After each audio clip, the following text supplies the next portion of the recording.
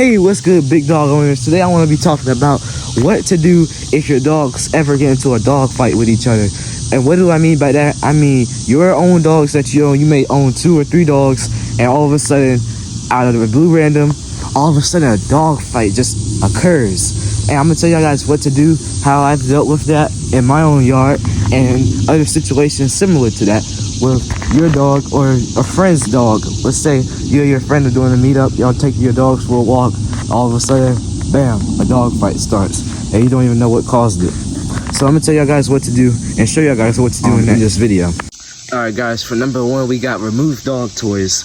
What you want to do is remove any toys if that's possible.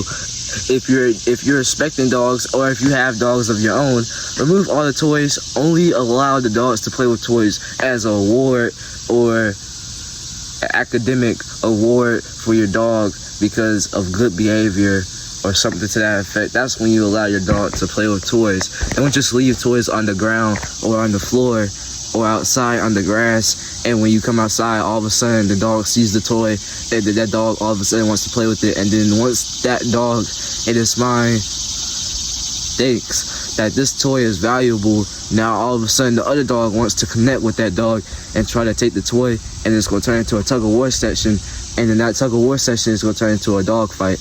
So simply just remove all toys at all costs. Number 2 is separate your dogs as well. As long as you separate dogs, if you separate your dogs, it will never be a fight to begin with, no encounterment. Because if they never encounter each other, if they see each other from a far distance, then they can't really fight because they're separated. So make sure the dogs are separated in different rooms or different areas of the house, which is going to lead to number 3, which is baby gates. If you have baby gates, really, usually, I use baby gates as well. If you have 2 or more dogs, you can use a baby gate to block off one area. That way the dog can't get to that area, especially if you have 2 dogs. You can have 1 dog on that area and another dog on the other area. Or you can just put a dog inside one bedroom and just close it up. But then that will lead to being alone, which is something you don't want to do. So instead of that, you just use a baby gate, and then you can block off the room. That way you won't actually have to close the door. The next step you're going to want to do is separate your dog bowls in different areas. Make sure you're not feeding your dogs in the exact same spot, because and also make sure you're not actually feeding your dogs from the same bowl, because if you feed your dogs in the same bowl and they're eating out of the same bowl, drinking out of the same bowl for water as well, that's going to automatically start a dog fight. That's just plain common sense. But if you actually remove them and feed them in different areas, for example, you can feed your dog in the garage while feeding your dog on the back porch, so you have 2 dogs. Or you can feed your dog maybe in a basement if you have a basement, and feed another dog in the garage. Now the number 5 thing you should do is walk your dogs and also exercise your dogs, whether that is using treadmills or anything to take their energy out. Foot poles is the easiest way you can take your dog's energy out, by simply just running around with them with the foot pole.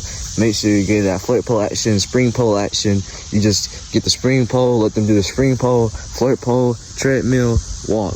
In under a few seconds, I'm gonna give y'all guys a few tips on how to take energy out of your dogs and exercise them and build muscle, just like this. So for number 1, here's a list for y'all. Y'all walk your dogs, go on an early morning mile walk, okay? That's an early morning mile walk. I'm talking 6 and 7 a.m. or 5 a.m. because kids be trying to go to school now. We're talking only 1 mile, y'all. 1 mile walks. So early morning and evening. At that, that's your walk list. So for set 2, you're gonna use the flirt pole for 15 to 30 minutes outside every day. When you go to work and come back home, you can use that flirt pole, okay? Next thing, next day, you're gonna use the spring pole. That whole day, you're just gonna use the spring pole. Next day, you're gonna use the treadmill for your dogs. And if you can't use the treadmill, go back to 2 mile walks with your dogs. You're not only exercising yourself, you're exercising your dog too. For the next day, you're gonna wanna use a raw feeding as a reward for your dog, and also complete some obedience training. And that's a certified great list for your dogs you can cut. That's so easy to do and easy to manage. And for number 6, which is the last option, what you're gonna want to do is use noisy distractions and distract your dogs with noisy sounds.